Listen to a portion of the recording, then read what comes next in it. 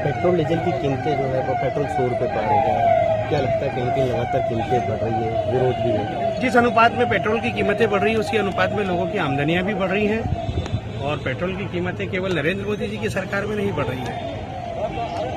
इस देश का ये दुर्भाग्य रहा है कि शुरू के 55 वर्षों में जिस कांग्रेस सरकार ने यहाँ पर शासन किया, उन्होंने यहाँ पर कोई भी इंफ्रास्ट्रक्चर ऐसा तैयार नहीं किया है जिससे इन कीमतों को बढ़ने से रोका जा सके। लेकिन नरेंद्र मोदी जी की सरकार लगातार इस बात के लिए प्रयासरत है कि इन कीमतों को नियंत्रित किया जाए, इनको नियंत्रण में लाया जाए। पेट्रोल की बढ़ती कीमत को लेकर बीजेपी सांसद महेंद्र सिंह सोलंकी का ये बयान आपने सुना। पेट्रोल और डीजल, रसोई गैस की कीमतों में बढ़ोतरी, महंगाई की मार अपनी चरम सीमा पर है। ऐसे में बीजेपी सांसद का ये बयान आना लाजमी तो है ही, लेकिन सांसद महोदय, आपको ये भी बताना चाहिए कि आम लोगों के साथ आप जैसे बड़े नेताओं और पूंजीपतियों की आमदनी कितनी बड़ी है। जब कांग्रेस की सरकार थी तब तो आप कांग्रेस पर ठीकरा फोड़ते ही थे, लेकिन अब तो आपको शर्म आनी चाहिए। अब जब आपकी सरकार है तब भी आप कांग्रेस पर ठीकरा फोड़ने का काम कर रहे हैं।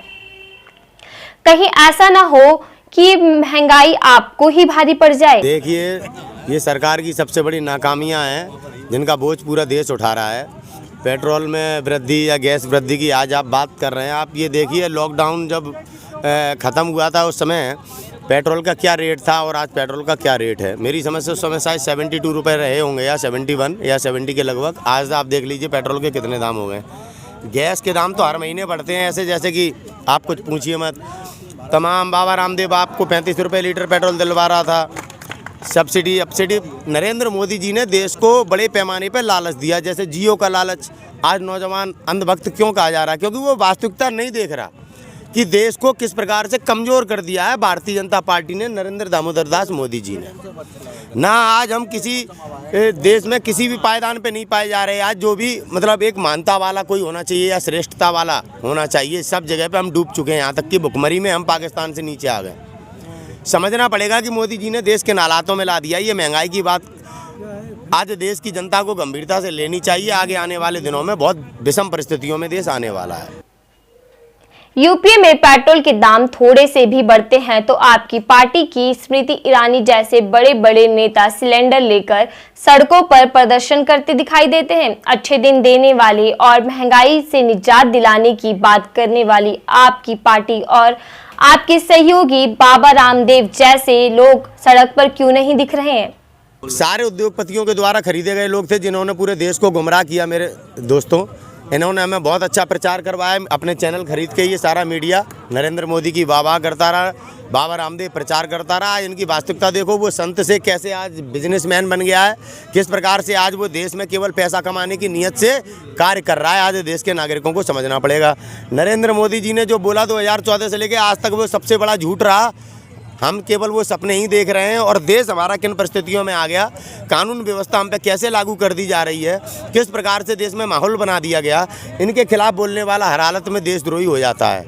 आप इनके खिलाफ बोलेंगे चाहे किसी भी समुदाय से हो, किसी भी जाति से हो, किसी भी धर्म से हो, ये आपके ऊपर हावी हो जाएंगे और आपको दबाने का प्रयास करेंगे। आप चाहे किसी भी समुदाय से हो, इनके खिलाफ बोलने पर समझना पड़ेगा बड़े पैमाने पर। मेरे समाज के आनंद मोहन जी, विजय सिंह जैसे तमाम ऐसे लोग हैं जो आवाज़ उठाया करते थे, आज वो जेल काट रहे हैं। जैसे लालू यादव जी हैं, वो भी जेल इसीलिए काट रहे हैं कि उन्होंने इनके खिलाफ बोलने की ताकत रखते हैं। और आज साध्वी प्रज्ञा सिंह ठाकुर जैसी आज हमारे देश में संसद में बैठी है और IPS संजीव भट्ट जेल में है।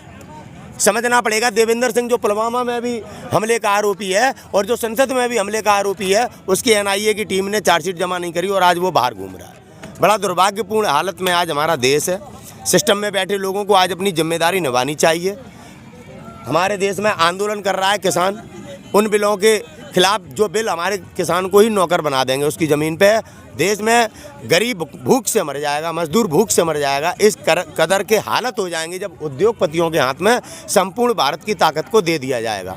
केवल हमारी ये खेती ही बची है जो आज उद्योगपतियों के हाथ में नहीं है, वरना गैस पेट्रोल जितने भी पैसे बढ़ रहे हैं वो सब आज अंबानी अडानी के हाथ में है। उनके हाथ में सारी वो व्यवस्थाएं दे दी गई हैं जो हमारे जीवन से जुड़ी हुई हैं।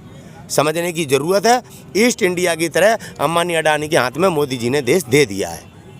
अब अगर आप नहीं लड़ेंगे तो आगे आने वाले वक्त में लड़ने लायक हैसियत में भी नहीं रहेंगे। ये किसान आंदोलन पूरे देश का आंदोलन है। सबसे पहले ये गरीबों का है, फिर मजदूरों का है, उसके बाद में हमारा किसानों का है। लेकिन किसान अन्नदाता होता है, वो इन गरीब और मजदूरों को बचाने के लिए आज यहाँ गाजीपुर बॉर्डर पर लाठी लेके खड़ा।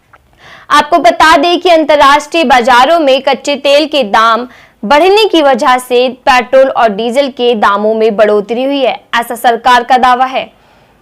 लेकिन ये सच नहीं है, क्योंकि अगर ऐसा होता तो अंतर्राष्ट्रीय बाजार में कच्चे तेल की कीमत जब कम हुई तब भी पेट्रोल की कीमतों में बढ़ोतरी क्यों हुई। सच तो यह है कि आमतौर पर अंतर्राष्ट्रीय बाजार में कच्चे तेल की कीमत कम होती है तब भारत में भी पेट्रोल डीजल सस्ता होना चाहिए, लेकिन ऐसा नहीं हुआ, क्योंकि जब अंतर्राष्ट्रीय बाजार में कीमत कम हुई तो केंद्र और राज्य सरकारों ने अपना राजस्व बढ़ाने के लिए ज्यादा टैक्स लगाना शुरू कर दिया। मध्य प्रदेश में एक्सपी पेट्रोल की कीमत 100 के पार हो चुकी है। दिल्ली में पेट्रोल की कीमत 89.29 रुपए प्रति लीटर है, वहीं डीजल 79.70 रुपए प्रति लीटर मिल रहा है। मुंबई में पेट्रोल 95 रुपए पार कर चुका है। अगर दूसरे शहरों की बात करें तो वहां भी पेट्रोल 100 रुपए प्रति लीटर के आसपास ही है।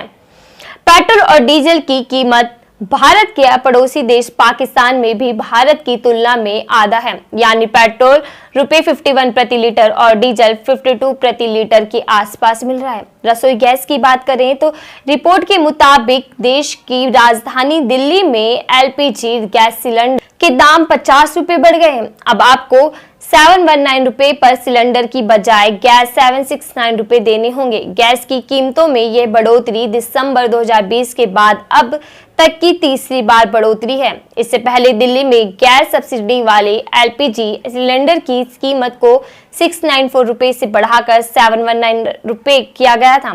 तेल की कीमतों को लेकर नरेंद्र मोदी के 2012 के एक ट्वीट को शेयर करते हुए एक ट्विटर यूजर ने लिखा है, अच्छे दिन यही हैं।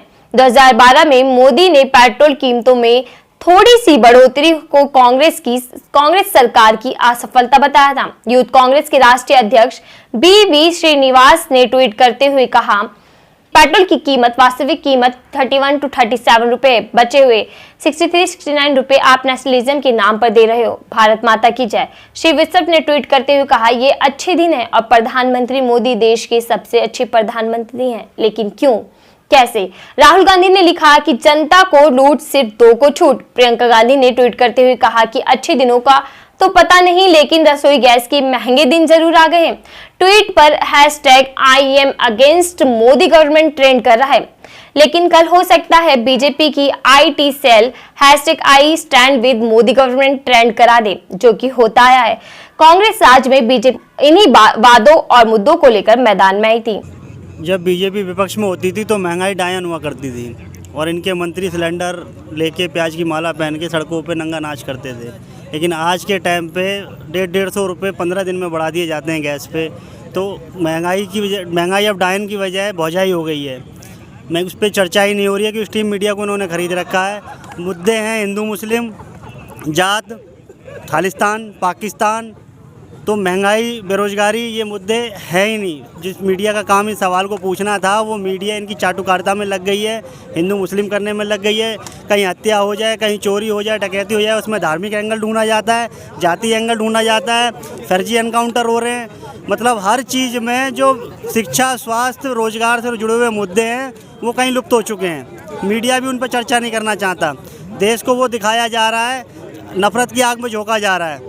हिंदू मुस्लिम जाति व्यवस्था में आदमी उलझा रहे और जो बुनियादी मुद्दे हैं उस पर उसका ध्यान ही ना जाए कि एक नया तमाशा जो खड़ा कर दिया जाता है पुराने को बुलाने के लिए, वो व्यवस्था चल रही है जिसमें मीडिया उनका भरपूर सहयोग कर रहा है।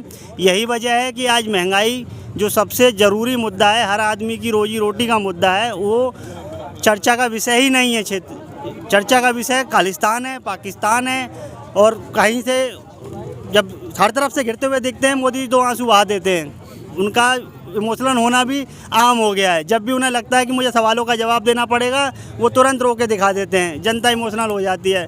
मीडिया उन्हें बार बार उन्हीं चेहरे को कि भावुक हो गए। गुलाम नबी आज़ाद के जाने से उनका भावुक होने का क्या लेना देना है। उनका लेना देना होना चाहिए कि अगर कोई भूखा मर रहा है या 200 किसान अपनी शहादत दे चुके हैं, जवान शहादत दे रहा है बॉर्डर पे, आंसू अगर उनके लिए आते तो हमें भी अच्छा लगता है कि हमारे देश का प्रधानमंत्री इनके प्रति संवेदना रख रहा है। अब आंसू आ किसके ले रहे हैं? एक राज्यसभा सांसद अपना कार्यकाल पूरा करके जा रहा है और 200 किसानों ने अपनी जीवन त्याग दिया, उनके लिए उनके पास 2 शब्द नहीं है ट्विटर पे लिखने के लिए।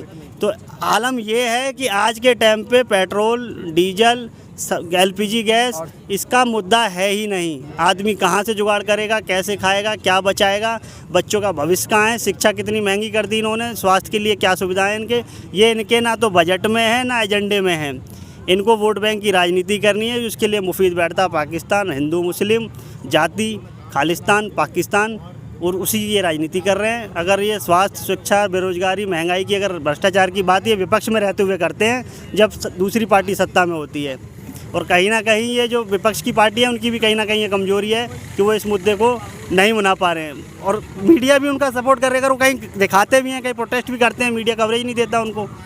और यही आंदोलन को अगर सोशल मीडिया ना दिखाया होता, फेसबुक और छोटे जो हमारे यूट्यूबर वगैरह भाई हैं इन्होंने ना दिखाया हो तो ये मुद्दा भी इन्होंने दबा दिया था। अब अच्छे दिन कितने आए इस पर मेन मीडिया भी कभी चर्चा नहीं करेगा, लेकिन यदि आप बढ़ती महंगाई और रसोई गैस के बढ़ते दामों को लेकर सड़कों पर प्रदर्शन करने लगे तो आप क्या देशद्रोही हैं, इस पर चिल्लाने वाले एंकर प्राइम टाइम जरूर करेंगे। मामला तो दबना ही है। अब आपको समझना और सोचना है कि आप इस महंगाई का हिस्सा बनते हैं या सरकार से सवाल पूछने का काम करेंगे। फिलहाल के लिए बस इतना ही। देखते रहिए फोरम 4। मैं नफीसा खान।